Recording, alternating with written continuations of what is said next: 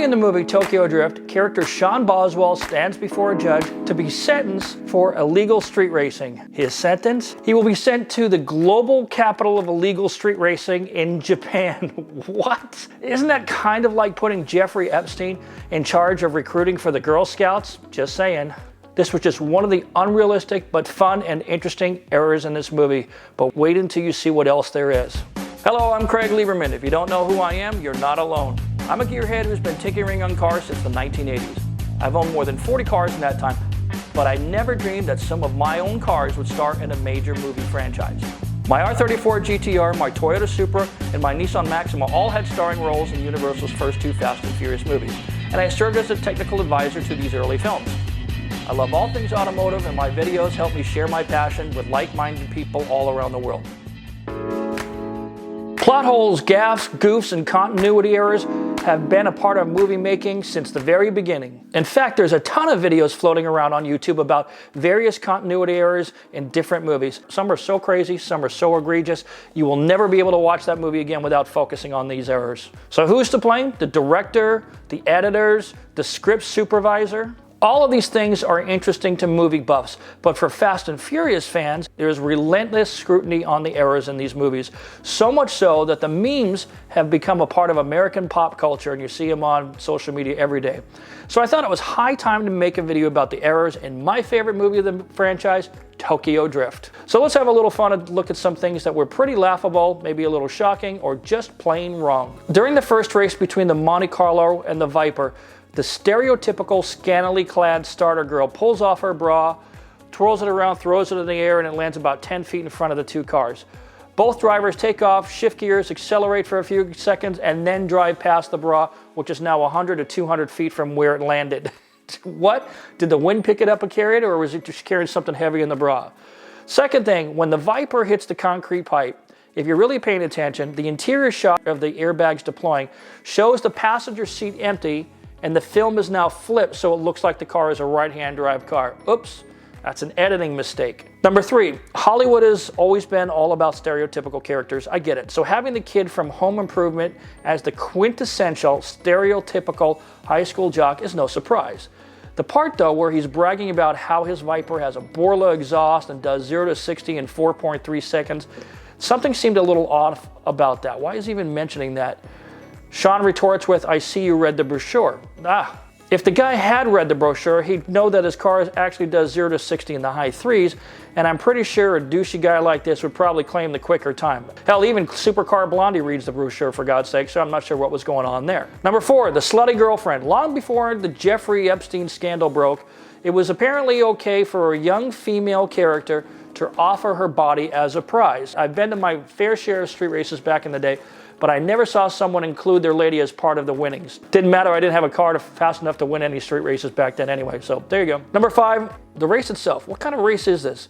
Typically, a drag race is a drag race. Never in my life have I heard of an obstacle course for cars as part of a street race. You go out into a deserted area or into an empty industrial park and race at night. These fools go to a construction site in broad daylight. What?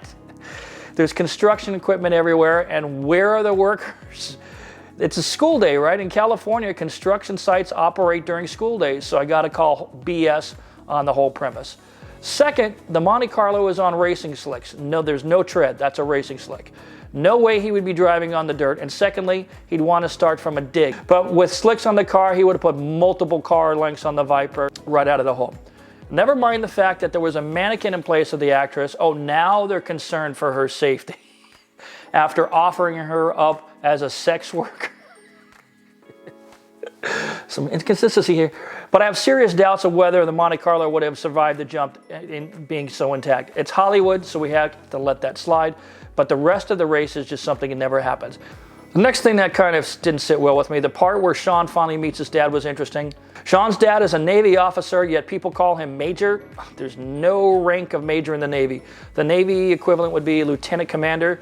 So maybe he's just a Major Gaijing, or maybe he has a major case of yellow fever, and that's how they got the nickname. I'm not sure. But at one point, we even see him in a uniform, and his rank is displayed incorrectly. That, in my opinion, is just laziness on the part of the costume department. But hey, we're so off the rails by this point in time. Most audiences were just sitting there going, where's the drifting that they promised in the film's title? Next thing, he meets up with a character called Twinkie. How he got this name is anybody's guess, but nothing is more unflattering to me than the green turdmobile he drives.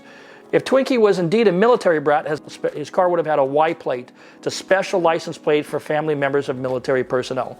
And that wasn't the case, so that was an oversight. The next thing is drifting in a parking garage. No, that's just wrong.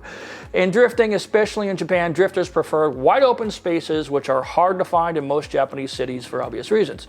Doing it down by the docks or in rural industrial areas is usually preferred. And sometimes, if they're close enough, they'll just go up to a mountain road.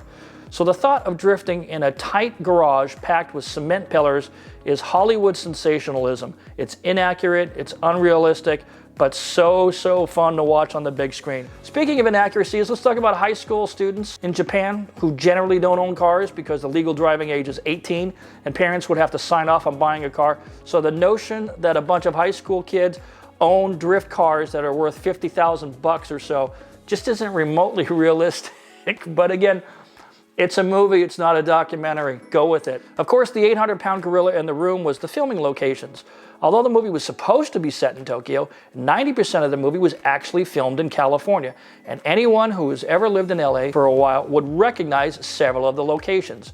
A quick Google search will reveal the locations, in fact. For example, outside the auto shop that's supposed to be in Tokyo, we can see the support columns of the 6th Street Bridge in Los Angeles, clearly visible in the background. Not being in Tokyo, though, explains why there's virtually no traffic in the streets later in the film when they're going through the intersection during the drifting scenes. Surely some of you realize that when Han and Sean are doing donuts and screaming through intersections, that the streets maybe looked a little unusually empty. But while I'm on the topic of Tokyo, I wanted to address the story about Justin Lin almost getting arrested. Here's how Justin Lin explained the situation in an article from way back in 2009, and I'll put it in his words. When we went to shoot in Tokyo, it's a very different culture.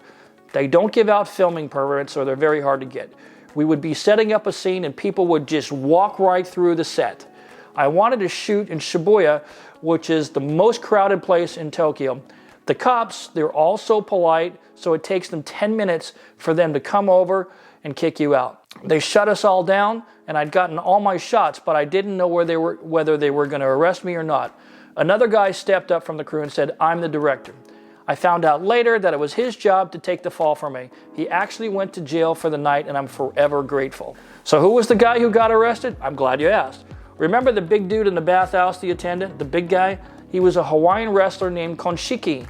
He was the guy who went to jail for Justin Lin. That's crazy, man. The part about borrowing a stranger's car. So let me get this straight. Some unknown gaijin blows into town, meets a very amenable guy named Han, and suddenly he gets handed the keys to a car easily worth $30,000 in 2005 money. Yeah, no. The real Sun King might do that. He's a cool guy, but in real life, that's probably not going to happen. So let's chalk this up to something that's highly improbable, in other words, fiction. Next thing on my list is something I called out while I sat in the theater, and this one was great. Remember the phones we had back in 2005? I personally had a Motorola Razr. The name Potato Phone comes to mind because the resolution of the photos was horrible, and the videos looked like a color version of an Etch-a-Sketch.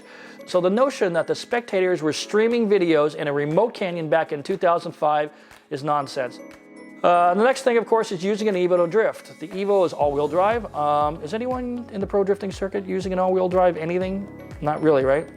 Rear-wheel drive, of course, is the best choice. Using an all-wheel drive car for drifting is like making a sumo wrestler the anchorman in an Olympic relay race.